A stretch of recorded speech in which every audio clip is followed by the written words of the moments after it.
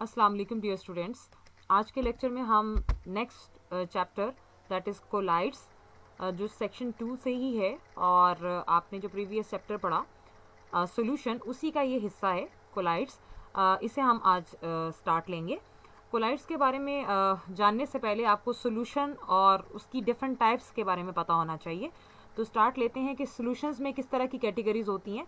हमारे पास बहुत सारे ऐसे सब्सटेंसेस होते हैं जो वाटर सॉल्युबल होते हैं, जैसे कि सोडियम क्लोराइड, कॉपर सल्फेट और शुगर। इन्हें पानी में हल करें तो ये एक होमोजेनाइज सोल्यूशन बनाते हैं और ऐसे सोल्यूशन में आपको सोल्यूट के पार्टिकल्स विजिबल नहीं होंगे। और क्योंकि वजह यह है कि साइज़ ऑफ द पार्टिकल्स आपके आइंस और मॉलिक्यूल्स के साइज़ जितना ही होता है, तो ऐसे मिक्सचर हमारे पास ट्रू सोल्यूशंस बनाते हैं।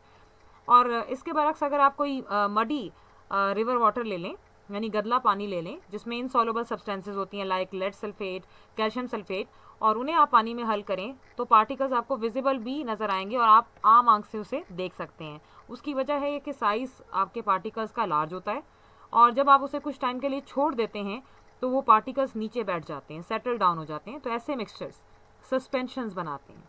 अब इन दो ट्रू सोल्यूशन और सस्पेंशन के दरमियान की जो स्टेज है जिसमें पार्टिकल्स जो है कुछ हद तक बड़े तो होंगे, कि अगर हम दोनों एक्सट्रीम्स को लें तो कुछ पार्टिकल्स ऐसे होते हैं जो मॉलिक्यूल से बड़े होते हैं लेकिन इतने स्मॉल होते हैं कि आप to be seen even by microscope.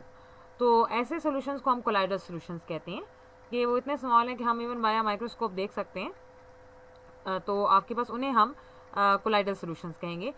तो यहाँ से हम पॉइंट निकाल सकते हैं कि ये एक इंटरमीडिएट स्टेज है between molecules and particles of a core suspension, तो उसे हम कोलाइडल स्टेट कहते हैं। 1861 में थॉमस ग्राहम ने स्टडी किया कि क्रिस्टलाइन जो सब्सटेंसेस होती हैं जिसमें शुगर है, ग्लूकोज, यूरिया, सोडियम क्लोराइड, जब इन्हें पानी में हल किया जाता है तो ये सेमी परमिएबल मेम्ब्रेन से पास कर जाती हैं। उसने ये भी देखा कि हमारे पास कुछ पार्टिकल्स हैं जैसे कि ग्लू है, जेलाटिन है या गम अरेबिक है, ये पास नहीं करते। तो फर्स्ट जो सब्सटेंस थे उसको उसने क्रिस्टलाइट का नाम दे दिया और दूसरे सब्सटेंसेस को जो पास नहीं कर पाए उसे कोलाइड से रेफ़र किया। कोलाइड का वर्ड कहाँ से निकला है? कोला का मतलब होता है ग्लू एंड आइड्स का मतलब होता है लाइक, यानी जो ग्लू लाइक सब्सटेंसेस हैं वहाँ से ये वर्ड कोलाइड निकला है, जो थॉमस ग्राहम के ऑब्जर्वेशन से रखा गया नेम। तो एक्चुअली डिफरेंस किस बेस पर है? साइज ऑफ द पार्टिकल्स पर है। अब शेप्स की अगर हम बात करें तो ये रॉड लाइक भी होते हैं, डिस्क की फॉर्म में भी होते हैं, थिन फिलामेंट्स भी होती हैं, लॉन्ग फिलामेंट्स भी होते हैं, फिल्म्स की सूरत में भी होते हैं। तो किसी भी कोलाइडल डिस्पर्शन की अगर बात की जाए तो उसकी डायमेंशंस, उसकी लेंथ, विड्थ और उसकी थिकनेस अगर 10 से लेकर 200 एंगस्ट्रम की रेंज में है तो ऐसे सिस्टम को आप कोलाइडल डिस्पर्शन कहेंगे। अब यहाँ पर आपको इस टेबल में तीनों तरह के सॉल्यूशंस का कंपैरिजन मिलेगा कि ट्रू सॉल्यूशन, कोलाइडल सॉल्यूशन और सस्पेंशन। ट्रू सॉल्यूशन के जो पार्टिकल्स होते हैं वो आपके पास विजिबल नहीं होते, चाहे आप पावरफुल माइक्रोस्कोप भी यूज़ करें। कोलाइडल में क्या होता है कि मॉलिक्यूल्स हमारे जो डिस्पर्स फेस के होते हैं वो हम आम आंख से नहीं देख सकते लेकिन ख़ास किस्म की अल्ट्रा माइक्रोस्कोप से देख सकेंगे। सस्पेंशन के जो आप आम आंख से भी देख सकते हैं। और पार्टिकल्स के डायमीटर की बात करें तो 1 मिलीमीटर इनके पार्टिकल्स का साइज़ होता है। 1 मिलीमीटर से लेकर अबव 100 तक कोलाइडल के पार्टिकल्स का साइज़ होता है और 100 से अबव सस्पेंशन के पार्टिकल्स का साइज़ होता है। ये आपके पास होमोजीनियस होते हैं, मिक्सचर्स बनाते हैं। बाकी दोनों जो है हेट्रोजीनियस मिक्सचर बनाएंगे। पार्टिकल्स जो होते हैं सल्यूट के यहाँ पर तो पास कर जाते हैं पार्चमेंट पेपर से, इसके भी पास नहीं करते, ना ही सस्पेंशन के पार्टिकल्स पास कर सकते हैं। सल्यूट पार्टिकल्स के अगर हम पार्चमेंट के अलावा किसी फिल्टर पेपर को ले लें, फाइन फिल्टर पेपर को, तो ये पास कर सकेंगे। लेकिन जो कोलाइडल के पार्टिकल्स हैं वो ऑर्डिनरी फिल्टर पेपर से तो पास करेंगे लेकिन ख़ास किस्म के अल्ट्रा फिल्टर से पास नहीं कर सकेंगे। और सस्पेंडेड पार्टिकल्स तो वैसे ही रिटेन कर जाते हैं। ऑस्मोटिक प्रेशर में देखें तो इनका ऑस्मोटिक प्रेशर ज़्यादा होता है और इनका कम होता है और इनका नहीं होता। लाइट के पाथ की बात करें तो बीम ऑफ लाइट आपके पास आप जब भी किसी ट्रू सॉल्यूशन में गिराएंगे तो वो इल्यूमिनेट करेगी, वाज़े आपको मिलेगी। लेकिन स्ट्रॉन्ग बीम ऑफ लाइट जब हम कोलाइडल सॉल्यूशन में से पास करते हैं तो ये विजिबल तो होगी। और स्कैटरिंग ऑफ लाइट का एक फिनोमेना होता है, path of the light become visible due to scattering, इसे टिंडाल इफेक्ट कहते हैं, जो हम आगे देखेंगे। यहाँ पर कोई ऐसा इफेक्ट नहीं होता। ट्रू सॉल्यूशंस में एड्जॉर्प्शन की प्रॉपर्टी होती है, कोलाइडल में भी एड्जॉर्प्शन की प्रॉपर्टी होती है और ये फिनोमेना आपके सस्पेंशन में नहीं होता। नेक्स्ट हमारे पास जो एक और इम्पॉर्टेंट है that is the electrical properties, जिसमें इलेक्ट्रोस्मोसिस, कैटाफोरेसिस, कोएगुलेशन ये ऑब्जर्व नहीं की जाती यहाँ पर ये इलेक्ट्रिकल प्रॉपर्टीज़ आप कोलाइडल सॉल्यूशन में देखते हैं और सस्पेंशन में भी नहीं होती। अब हमारे पास कोलाइडल सॉल्यूशन में दो फेजेस होती हैं, एक होती है डिस्पर्स्ड फेज और एक होता है डिस्पर्शन मीडियम। तो ये सिस्टम दो चीज़ों पर मुश्तमिल होता है, इसीलिए इसे हेट्रोजेनस सिस्टम भी कहते हैं। डिस्पर्स फेज क्या है? वो कंपोनेंट जो आपके सोल्यूशन में स्मॉल प्रोपोर्शन में है उसे हम डिस्पर्स फेज कहेंगे। लाइक आप सल्यूट को अंडरस्टैंड करेंगे, सॉल्वेंट में सल्यूट का होना, वो सल्यूट जो है वो आपके पास डिस्पर्स्ड फेज क्रिएट कर रहा है। तो कोलाइडल सॉल्यूशन की अगर हम बात करें in a colloidal solution of starch and water, तो स्टार्च हमारी डिस्पर्स फेज कहलाएगी।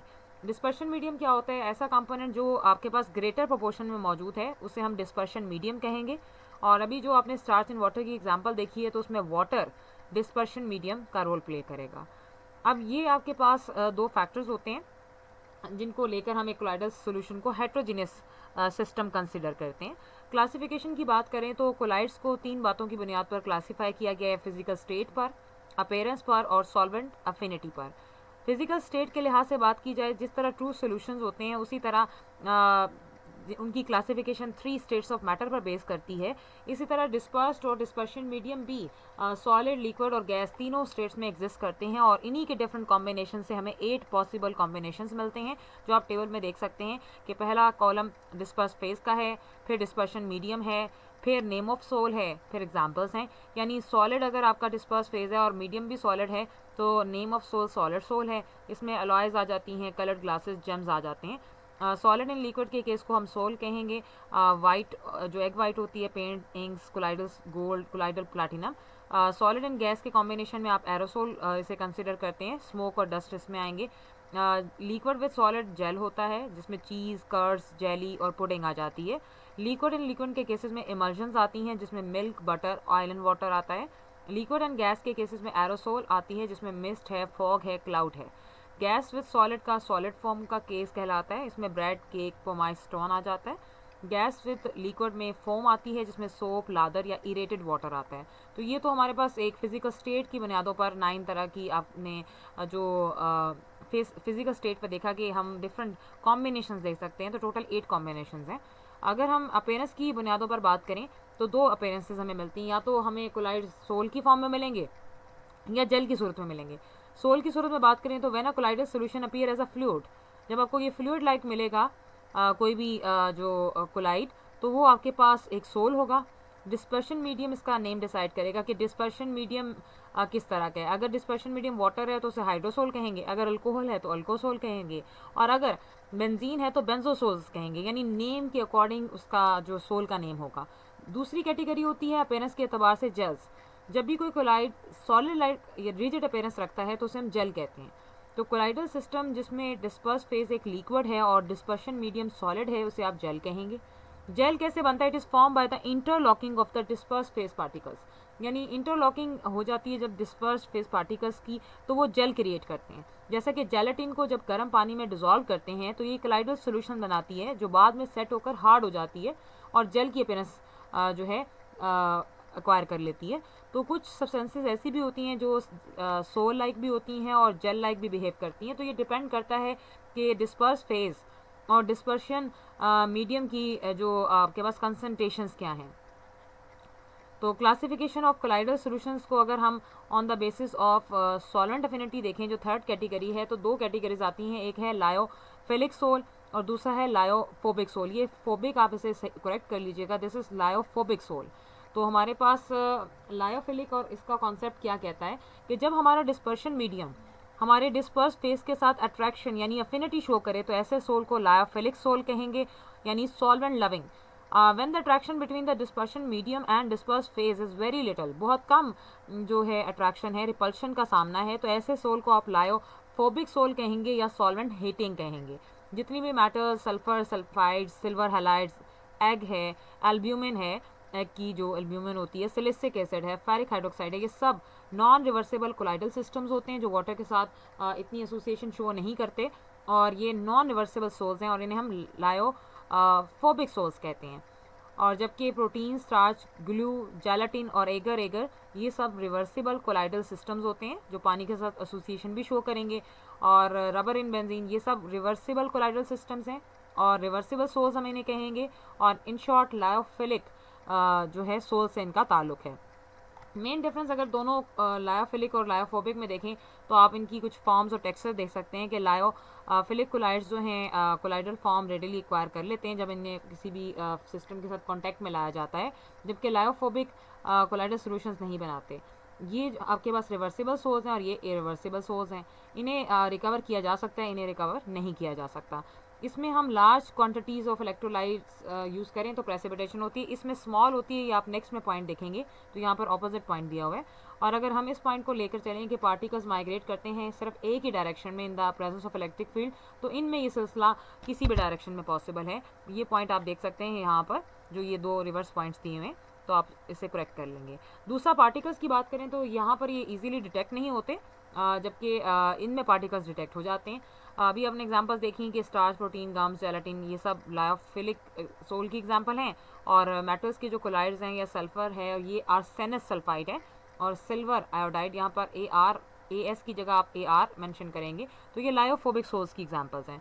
अब इनके इंपॉर्टेंट फीचर्स देखें कि लायोफिलिक और लायोफोबिक सोल्स में क्या इंपॉर्टेंट फैक्ट्स हैं। तो लायोफिलिक सोल्स को हम इजीली ऑब्टेन कर सकते हैं डिफरेंट मटेरियल्स को मिक्स करके सूटेबल सॉल्वेंट्स के साथ, जबकि लायोफोबिक को प्रिपेयर करना आसान नहीं होता। सेकेंडली, हाइड्रोफिलिक सोल्स लिटल या कहना चाहिए कि चार्ज कंटेनिंग नहीं होते, जबकि हाइड्रोफोबिक पर पॉजिटिव या नेगेटिव चार्ज होता है। सॉल्वेशन हमारे पास पॉसिबल होती है हाइड्रोफिलिक के अंदर, लेकिन हाइड्रोफोबिक में नहीं होती। विस्कोसिटी लायोफिलिक सोल्स की ज़्यादा होती है प्योर डिस्पर्शन मीडियम में, और हाइड्रोफोबिक में ये चेंज नहीं होता। लायोफिलिक की प्रेसिपिटेशन आप हाई कंसंट्रेशन पर पॉसिबल है और लायोफोबिक की लो कंसंट्रेशन के साथ। लायोफिलिक सोर्स हमने भी देखा था टेबल के अंदर कि रिवर्सिबल होते हैं और दूसरे इरिवर्सिबल। लायोफिलिक सोर्स टिंडॉल इफेक्ट नहीं देते, स्कैटरिंग ऑफ लाइट का फिनोमेना इनमें नहीं होता, लेकिन लायोफोबिक में होता है। जब भी इलेक्ट्रिक फील्ड को अप्लाई करें तो लायोफिलिक सोर्स कम टेंडेंसी शो करते हैं टूवर्ड्स इलेक्ट्रोड्स, लेकिन lyophobic source greater tendency show करते हैं। अब हम कुछ टर्म्स पढ़ेंगे कि डिफरेंट कैटेगरी ऑफ कोलाइड्स क्या होते हैं। Dispersion colloids, those colloidal solutions in which the dispersed phase has little affinity for the dispersion medium, यानी बहुत कम अफिनिटी है, उसे हम डिस्पर्शन कोलाइड्स कहेंगे। और कलेक्टिवली हम इसे लायोफोबिक सोल्स कह सकते हैं। इसकी वजह ये है कि इनके जो पार्टिकल्स का साइज होता है वो कोलाइडल रेंज में नहीं आता। तो इसमें gold sol, hydrated ferric oxide sol, colloidal sulphur या colloidal dispersion of arsenious oxide in water, ये सब शामिल होते हैं। सेकंड कैटेगरी है एसोसिएशन कोलाइड्स या मल्टी मॉलिक्यूलर की। ये ऐसे सिस्टम्स हैं जिसमें colloidal particles aggregate of large number of small atoms या मॉलिक्यूल्स पर मुश्तमिल होते हैं, जिनकी रेंज कोलाइडल रेंज होती है। तो इन्हें हम ऐसे टाइप में कंसिडर करते हैं जिनमें मॉलिक्यूल्स की नेचर लायोफोबिक भी होती है और लायोफिलिक भी होती है। तो जिसमें सोप सोल्यूशन, डाइस या सरफेस एक्टिव एजेंट्स आ जाते हैं। They are basically the aggregates of the ions or the molecules with lyophilic as well as the lyophobic parts, जिन्हें हम माइसेल्स कहते हैं। तो आगे हम ये देखेंगे कि माइसेल्स ऐसे ग्रुप्स हैं जिनमें लायोफिलिक और लायोफोबिक दोनों पार्ट्स आपको मिलेंगे within the same molecule. The individual ions और molecules may not be of colloidal dimensions. So तीसरी कैटेगरी है मॉलिक्यूलर कोलाइड्स की, जिन्हें मैक्रोमॉलिक्यूलर भी कहेंगे हम।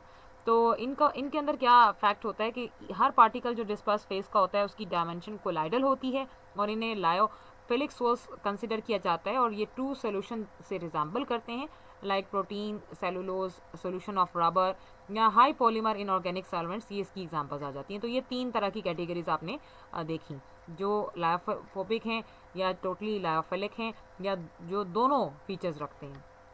अब हम एक टर्म पढ़ेंगे जो भी अपने देखा कि एसोसिएशन कोलाइड से ताल्लुक़ रखने वाली माइसेल्स कोलाइडल सॉल्यूशंस तो हैं, और ये एक कुछ ऐसे स्ट्रॉन्ग इलेक्ट्रोलाइट्स होते हैं जो नॉर्मल सॉल्यूशंस बनाते हैं लो कंसंट्रेशन पर, लेकिन जब उनकी कंसंट्रेशन हाई हो जाती है तो वो कोलाइडल नेचर भी एक्वायर कर लेते हैं।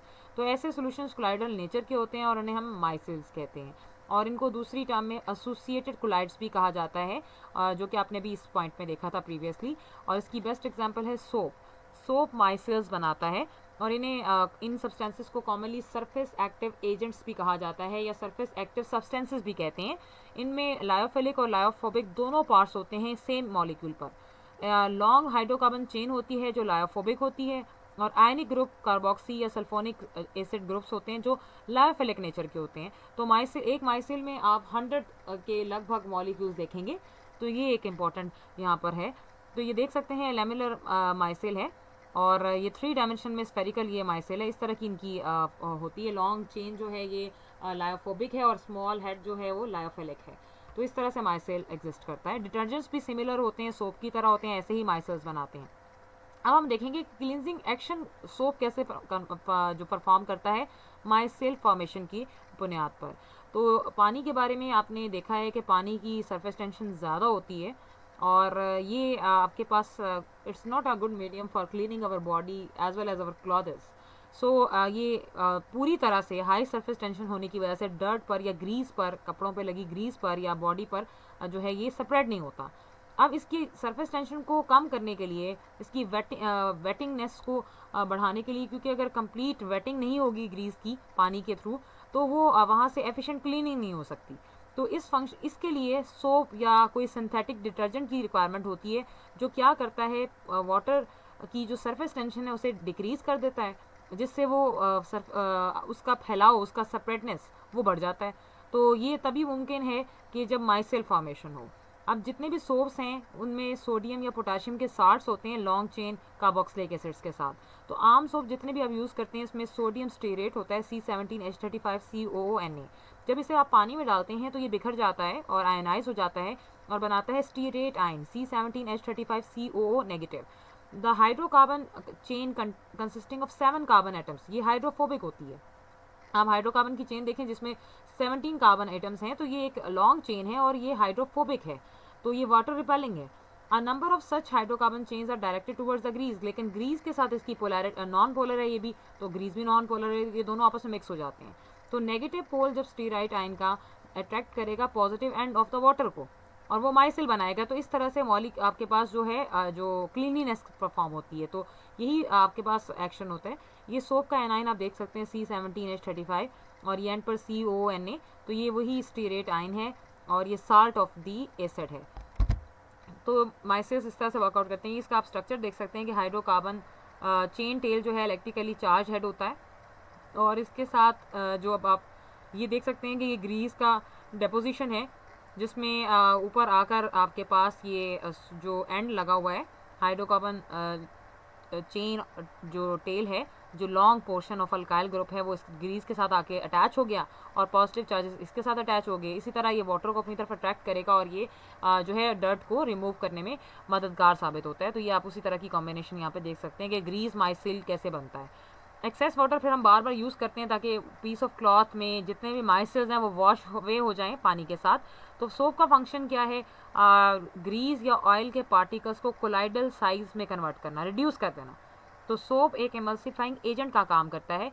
तो ग्रीस के पार्टिकल्स जब एक दूसरे के करीब नहीं आ पाते, उन पर सोप मॉलिक्यूल्स का एक कवर आ जाता है, तो वो फिर आपके पास जो रिमूव हो जाते हैं और इस तरह क्लिनजिंग एक्शन परफॉर्म होता है। जितने भी सिंथेटिक डिटर्जेंट्स हैं जिसमें sodium lauryl sulphate C17H25SO4 negative Na positive, ये भी सिमिलर मैकेनिज्म से ही माइसिल बनाते हैं और इस तरह से क्लिनजिंग परफॉर्म होती है। अब हम देखेंगे कि सोस को प्रिपेयर कैसे किया जाता है। सोस को प्रिपेयर करने का वे आपके पास डिफरेंट वेज हैं। लायोफिलिक सोस फॉर एग्जांपल सोप्स हैं, डिटर्जेंट्स हैं, जेलाटिन है, गम अरेबिक है या स्टार्च है, इन्हें सिंपली डिज़ोल्व किया जाता है पानी के अंदर और ये प्रिपेयर हो जाते हैं। जबकि लायोफोबिक सोस को दो तरीक़ों से बनाया जाता है, एक होता है कंडेंसेशन मेथड और एक है डिस्पर्शन मेथड। कंडेंसेशन मेथड में आप देखेंगे कि आइंस या मॉलिक्यूल्स जो ओरिजिनली ट्रू सोल्यूशन में मौजूद हैं उन्हें insoluble particles of colloidal dimension में कन्वर्ट किया जाता है by the help of chemical reaction. तो उसमें बहुत सारे वेज हैं। पहला है जी रिडक्शन का अमल। इस अमल से हम colloidal solution of metals prepare करते हैं, यानी कोलाइडल गोल्ड या सिल्वर आपने बनाना है तो आप dilute solution of salt of an metal लेंगे और उसमें कोई भी रिड्यूसिंग एजेंट डालेंगे ऑर्गेनिक नेचर का, तो जब रिडक्शन होगी तो आपको मुतल्लिका कोलाइडल सोल्यूशन मेटल का मिल जाएगा। Gold chloride can be reduce with tannin and silver sols is prepared by the reduction of silver carbonate with tannic acid. तो हम इनसे मुतल्लिका गोल्ड और इससे सिल्वर के जो हैं कोलाइडल सोल्यूशन हासिल कर सकते हैं। सेकेंड वे है ऑक्सीडेशन का। ऑक्सीडेशन में क्या होता है कि colloidal sulphur can be prepared by the oxidation of hydrogen sulphide. Hydrogen sulphide की ऑक्सीडेशन से कोलाइडल सल्फर प्रिपेयर होता है। इस पर्पज़ से हम कहते क्या हैं कि सॉल्यूशन जो हमारे पास आ जाता है, ये कैसे आप हाइड्रोजन सल्फाइड के साथ परफॉर्म करते हैं कि हाइड्रोजन सल्फाइड को सल्फर डाइऑक्साइड के साथ रिएक्ट करवाया जाता है, दोनों को स्टोशियोमेट्रिक अमाउंट में रिएक्ट करवाते हैं, तो वाटर और जो है सल्फर आपके पास प्रोड्यूस होती है। डबल डिकम्पोजिशन में देखें तो कोलाइडल आर्सेनिक सल्फाइड, इसे प्रिपेयर किया जाता है हाइड्रोजन सल्फाइड और आर्सेनस ऑक्साइड के कॉम्बिनेशन से, तो ये आपके पास कोलाइडल आर्सेनिक सल्फाइड बना और साथ पानी का प्रोडक्ट प्रोड्यूस होता है। चौथा मेथड है हाइड्रोलिसिस। इसमें आप फेरिक हाइड्रोक्साइड के सोल प्रोड्यूस करते हैं। कैसे प्रोड्यूस करते हैं कि आप कंसनट्रेटेड फेरिक क्लोराइड के कुछ सेंटीमीटर लेंगे और उसे बॉइलिंग वाटर में डालेंगे और कॉन्स्टेंटली स्टीयरिंग करते रहेंगे। हाइड्रोलिसिस इमीडिएटली होगी और उससे deep red sol of ferric hydroxide obtain हो जाएगा। तो इस तरह से हम आयरन के जो सोल्स हासिल कर सकते हैं। Exchange of solvents is the last of the condensation method. This is an interesting method to prepare our sol. इसका जनरल प्रिंसिपल क्या है कि अगर एक सब्सटेंस ए है जो बी में तो हल है लेकिन सी में हल नहीं होता, तो जब आप बी और सी की आपस में बात करेंगे तो बी और सी आपस में तो हल हो सकते हैं लेकिन ए सिर्फ बी में हल हो रहा है और सी में नहीं हल हो रहा, तो ए कोलाइडल सोल्यूशन बनाएगा और जब एक्सेस ऑफ सी आप डालते जाएंगे बी के अंदर तो ए आपके पास कोलाइडल सोल्यूशन बनाना शुरू कर देगा क्योंकि वो सी में हल नहीं होता। तो ऐसे इस वे से आप डिफरेंट जो है सोल्स बना सकते हैं। लाइक सल्फर सोल को हम प्रिपेयर करते हैं जब हम सैचुरेटेड अल्कोहलिक सोल्यूशन लेते हैं सल्फर का वाटर के अंदर, तो जैसे जैसे वाटर उसमें डालते जाएंगे तो ये कोलाइडल फॉर्म में निकलता जाएगा। दूसरा वे है कंडेंसेशन के बाद डिस्पर्शन मेथड। इसमें 3 तरीके हैं, mechanical dispersion, Bredig's arc method and peptization. Mechanical dispersion में क्या होता है कि आपके पास ये आप नीचे डायग्राम देख सकते हैं कि कोर्स सस्पेंशन आपके पास होती है खुरदरी, उससे आप इस मटेरियल में डालते हैं डिस्पर्शन मीडियम प्रिपेयर करते हैं डिस्पर्शन मीडियम में और उसे कोलाइडल मिल में डाल देते हैं। ये कोलाइडल मिल है जिसमें 2 स्टील की प्लेट्स लगी हुई हैं जो रोटेट करती हैं 7000 रोटेशन पर मिनट इन ऑपोजिट डायरेक्शन, तो ये दोनों ऑपोजिट डायरेक्शन में रोटेट करती हैं। अब जब ऊपर से आप सस्पेंशन इन प्लेट्स में डालते हैं तो ये एक पावरफुल किस्म की शेयरिंग फोर्स बर्दाश्त करते हैं। वो शेयरिंग फोर्स ऐसी ही है जैसे वो बिल्कुल जो है कट कर देती है, तो पार्टिकल्स ब्रोक हो जाएंगे। पार्टिकल्स जब ब्रोक होंगे तो हमें सोल प्रिपरेशन मिलती है। यहाँ पर जो आपके पास कोलाइडल ग्रेफाइट है ये एज अ लुब्रिकेंट और जितनी भी प्रिंटिंग इंक्स हैं वो इसी मेथड से बायोमैकेनिकल डिस्पर्शन बनाई जाती हैं, तो ये इसका एक फ़ायदा है। सेकेंड वे है हमारे पास that is Bredig's arc method. Bredig's arc method एक इलेक्ट्रो डिस्पर्शन है, यानी इसमें हम इलेक्ट्रिसिटी का इस्तेमाल करेंगे और hydrosols of the metals like that of aurum जैसे गोल्ड है, सिल्वर है या प्लाटिनम को प्रिपेयर कर सकते हैं। और 2 metal electrodes are held close together. आप देख सकते हैं इस डायग्राम में कि 2 मेटल के इलेक्ट्रोड्स को एक दूसरे के करीब रखा गया है in the water chamber, deionized water, और टेम्परेचर वाटर का आप लो रखते हैं और small amount of potassium hydroxide भी इसमें ऐड करेंगे। अब इंटेंस किस्म का ये आगे बैटरी के साथ कनेक्टेड है, आप इलेक्ट्रिक स्पार्क देते हैं। जब इलेक्ट्रिक स्पार्क देंगे इलेक्ट्रोड्स को तो कुछ ना कुछ मेटल जो है वेपराइज होगी और पानी नीचे ही अंडर वाटर ही वेपराइज होगी और मेटल के जो एटम्स हैं जो वेपर की सूरत में यहाँ पर आपके पास इस चार्ज की वजह से जैसे ही आपने इनको इलेक्ट्रोड्स को एक दूसरे के करीब रखा हुआ है तो ये कोलाइडल पार्टिकल्स की सूरत में यहाँ पर हमें गेन हो जाते हैं जो बाद में सेपरेट कर लिए जाते हैं। तो इस तरह ये इलेक्ट्रो डिस्पर्शन का फिनोमेना परफॉर्म होता है। तीसरा है जी पेप्टाइजेशन। पेप्टाइजेशन कोएगुलेशन का रिवर्स प्रोसेस है। It is a direct disintegration of dispersion of a substance into particles of colloidal size by using peptising agent. यानी इसमें क्या होता है कि सिंपल एक तो ये कोएगुलेशन से ऑपोजिट काम करता है कि यहाँ पे चीज़ें इकट्ठी जुड़ती नहीं हैं, सेपरेट हो जाती हैं, यानी आप कोई एजेंट यूज़ करेंगे जो पेप्टाइजेशन करेगा और पार्टिकल्स को कोलाइडल साइज में कन्वर्ट कर देगा। तो इसमें हाइड्रोफिलिक सब्सटेंसेज जो होती हैं ग्लू, गम, जेलाटिन, इन्हें पेप्टाइज किया जाता है पानी में और water itself is a good peptising agent. Like silver chloride को कन्वर्ट करते हैं सोल में HCl डालकर और फेरिक हाइड्रोक्साइड को अभी सोल में कन्वर्ट करते हैं फेरिक आयंस डालकर। तो इस तरह से ये पेप्टाइजेशन का फिनोमेना भी परफॉर्म होता है। तीसरी यहाँ पर प्योरिफिकेशन ऑफ सोल की अगर हम बात करें तो whenever the sols are prepared some ionic और molecular substances are also present. जब भी आपके पास सोल प्रिपेयर की जाती है तो उसमें क्या होता है कि आयनिक या मॉलिक्यूलर सब्सटेंसेज भी मौजूद होते हैं। In order to purify the sols these electrolytes have to be remove, यानी आपने प्योरीफिकेशन करनी है तो इन आयनिक इलेक्ट्रोलाइट्स को रिमूव करना होता है। तो 3 तरीके जो हैं अडॉप्ट किए जाते हैं, एक है डायलिसिस और दूसरा है इलेक्ट्रोडायलिसिस और तीसरा है अल्ट्रा फिल्टरेशन। डायलिसिस में क्या होता है कि पार्टिकल्स ऑफ द 2 सोल्यूशन उन्हें मेम्ब्रेन में से पास किए जाते हैं but colloidal particles are retained, लेकिन कोलाइडल पार्टिकल्स रिटेन ही रहेंगे और कोलाइडल पार्टिकल्स बहुत स्लोली डिफ्यूज़ करते हैं अपने साइज़ बड़े होने की वजह से। इस पर्पज़ के लिए जो मेम्ब्रेन यूज़ की जाती है मोस्टली पार्चमेंट पेपर होता है, सेलोफेन होता है, सेलुलोज नाइट्रेट होता है या सेलुलोज एसीटेट होता है। इसकी वर्किंग क्या होती है कि आप इसका डायग्राम देख सकते हैं कि एक सिलेंडर है, सिलेंड्रिकल वेसल है, जिसके एक एंड को कवर किया गया है, नीचे वाले एंड को मेम्ब्रेन के साथ, और ऊपर वाले एरिया को ओपन रखा जाता है जिसमें कोलाइडल सोल्यूशन को ऐड किया जाता है। अब ये जो सिलेंड्रिकल वेसल है कोलाइडल सोल्यूशन के साथ आप एक बड़े कंटेनर में डाल देंगे जिसमें डिस्टिल वाटर मौजूद है, और supply of the distil water को आप कंटिन्यू रखते हैं, और पार्टिकल्स जो भी सोल्यूशन के होते हैं यहाँ से जितने भी आइंस हैं वो डिस्टिल वाटर में आ जाएंगे, और इस तरह से सेपरेशन पॉसिबल है। सेकेंड वे है इलेक्ट्रोडायलिसिस। इलेक्ट्रोडायलिसिस में क्या होता है कि dialysis under the influence of electric field perform की जाती है, और दोनों एंड्स ऑफ द डायलाइजर, ये हमारे पास एक कंटेनर है जिसमें वाटर है, उसी तरह का काम है, और ये बीच में आपके पास मौजूद है द सिलेंडर जिसमें आपके पास वेसल है, उसके दोनों एंड्स पर आपके पास मेम्ब्रेन अटैच की जाती है, और कोलाइडल सोल्यूशन को इसमें पोर करेंगे, और ये फिर आपके पास जब इलेक्ट्रिक फील्ड के साथ इसका आगे बैटरी के साथ इन्हें कनेक्ट किया जाता है मेम्ब्रेन वाले पोर्शंस को, तो दोनों इलेक्ट्रोड्स जब आपके पास इन्हें बैटरी के साथ एक ओरिजिन ऑफ द सोर्स के साथ कनेक्ट करेंगे, तो जितने भी आइंस हैं इलेक्ट्रोलाइट के जो इसमें मौजूद हैं वो अपोजिटली चार्ज इलेक्ट्रोड्स की तरफ मूव कर जाएंगे। तो इस तरह से आप जो है पार्टिकल्स को डिस्टिल्ड वाटर में निकाल कर सेपरेट कर लेते हैं, लेकिन non electrolytic impurity urea sugar वो इससे रिमूव नहीं होते। तीसरा भी है ultra filtration. It is the separation of sol particles from the liquid medium and electrolytes by filtration through an ultra filter.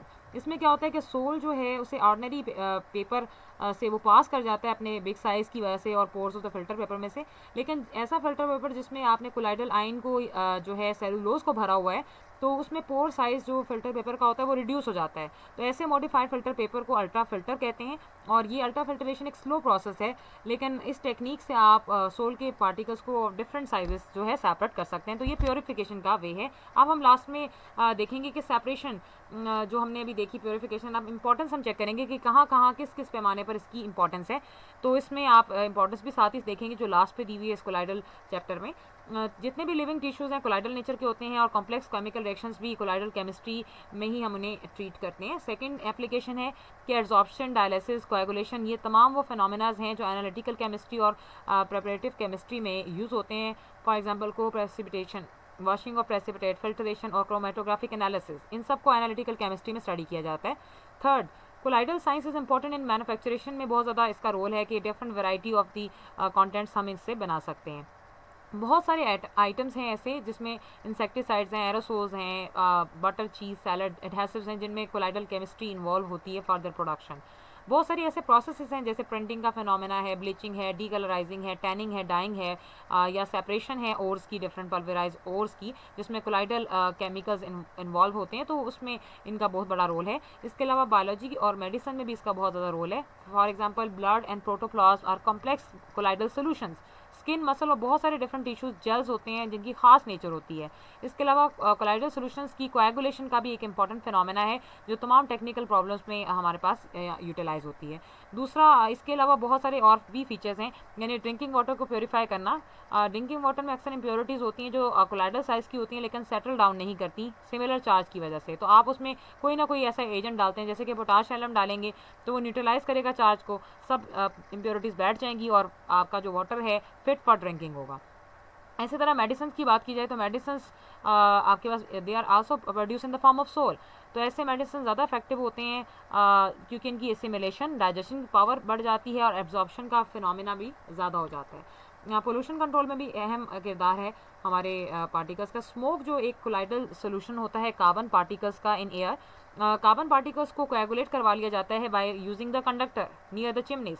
अब चिमनीज के करीब कंडक्टर के इस्तेमाल से क्या होता है कि सारे कार्बन के पार्टिकल्स सेटल डाउन हो जाएंगे और अब आपको कार्बन लेस फ्यूम्स या एयर मिलेगी जो चिमनी से निकलेगी। अब ये डिज़ाइन जो है कॉट्रेल डस्ट प्रेसिपिटेशन कहलाता है, जिसकी डायग्राम आप देख सकते हैं कि डस्ट फ्री गैस बाहर आती है। स्मोक आपने डाला, सारे प्रेसिपिटेट्स कार्बन के नीचे बैठ गए और आपके पास कार्बन फ्री और डस्ट फ्री गैस जो है एनवायरनमेंट में जाएगी। फोर्थ है फोटोग्राफी। फोटोग्राफिक फिल्म्स जो फोटोग्राफी में यूज़ होती हैं that is basically a colloidal solution of silver bromide in gelatin, जो डेपोजिशन से ही जेलाटिन और सिल्वर ब्रोमाइड से हासिल होता है, तो वो भी इसी फिनोमेना के थ्रू है। सीवेज डिस्पोजेबल में अगर हम बात करें तो डर्ट पार्टिकल्स हमारे पानी में सस्पेंडेड होते हैं, तो इस सीवेज वाटर को आपके पास किसी भी इलेक्ट्रोड ऑफ ऑपोजिट चार्ज के कांटेक्ट में लाते हैं और डस्ट पार्टिकल्स प्रेसिपिटेट भी हो जाते हैं और सेपरेट भी हो जाते हैं, जिसे बाद में खाद के तौर पर इस्तेमाल किया जाता है। टैनिंग ये चमड़ा रंगने का अमल है। जितनी भी खालें होती हैं या स्किन होती है, एक जेल स्ट्रक्चर होता है जिसमें प्रोटीन्स मौजूद होती हैं कोलाइडल फॉर्म में, तो उन्हें आप डिफरेंट कॉमन साल्ट्स इस्तेमाल करके उनकी प्रेसिपिटेशन भी करते हैं। एलम या क्रोमियम साल्ट्स या डिफरेंट जो ट्रीज़ की बार्क है उसको यूज़ करके टैनिंग का प्रोसेस भी किया जाता है। कर्ड फॉर्मेशन की अगर हम बात करें तो जब मिल्क सोर हो जाता है तो बैक्टीरिया होता है मिल्क में जो मिल्क की शुगर को लैक्टिक एसिड में कन्वर्ट करता है और इसी से आगे जो है दही योगर्ट कर्ड बनती है। तो ये कोलाइडल केसिन को कन्वर्ट करता है कर्ड में। डेल्टा फॉर्मेशन, डेल्टा क्या चीज़ है कि जब भी आपके पास पानी रिवर से सी में जाता है तो सी वाटर तो रिच है मिनरल से, तो जब आपका रिवर का वाटर जो जिसमें कोलाइडल पार्टिकल्स होते हैं क्ले के, जब ये दोनों पानी एक दूसरे के साथ मिलते हैं तो क्ले कोएगुलेट कर जाती है, तो उस क्ले वो क्ले फर्टाइल भी होती है और उसे हम डेल्टा कहते हैं। Natural rubber is obtain from the secretion of the certain trees as an emulsion of negatively charge particles in water, जिसे लेटेक्स कहा जाता है। नेचुरल रबर आपके पास सर्टन ट्रीज की सिक्रेशन से हासिल होता है। और लेटेक्स क्या है? It is also called the milk of tree, जिसको बाद में रबर में चेंज करते हैं डाइल्यूट एसिटिक एसिड डालकर या स्मोक के साथ कॉन्टैक्ट में, तो इस एसिडिक नेचर का होता है। हम आसमान को देखते हैं तो उसका कलर ब्लू होता है। उसकी वजह है कि हमारे एटमॉस्फेयर में जो डस्ट के पार्टिकल्स हैं वो कोलाइडल नेचर के हैं, वो सिर्फ ब्लू लाइट को स्कैटर करते हैं, बाकी सारी लाइट्स को अब्जॉर्ब कर लेते हैं, इसीलिए ब्लू लाइट हम तक पहुंचती है और हमें स्काई ब्लू नज़र आता है। केमिकल वॉरफेयर की बात करें तो ये बड़ा इंपॉर्टेंट एप्लीकेशन है कि स्मोक और मिस्ट की स्क्रीन्स बनती हैं जब भी कहीं बॉम्ब्स का एक्सप्लोजन होता है, धमाका होता है, तो जो ह्यूमंस के लिए हार्मफुल हैं। तो इसके लिए एहतियाती तदबीर ये है कि गैस मास्क यूज़ किए जाएँ। ये मास्क क्या करते हैं कि कोलाइडल चारकोल पर मुश्तमिल होते हैं, जो डेंजरस स्मोक और मिस्ट के पार्टिकल्स को प्रेसिपिटेट कर देते हैं, वो नीचे बैठ जाएंगे और ह्यूमन लाइफ सेव हो जाती है इन मास्क को, गैस मास्क को पहनने से। तो this is all about the colloidal importance, purification and preparation. Next में हम इनकी डिफरेंट और कैटेगरीज को स्टडी करेंगे। Best of luck.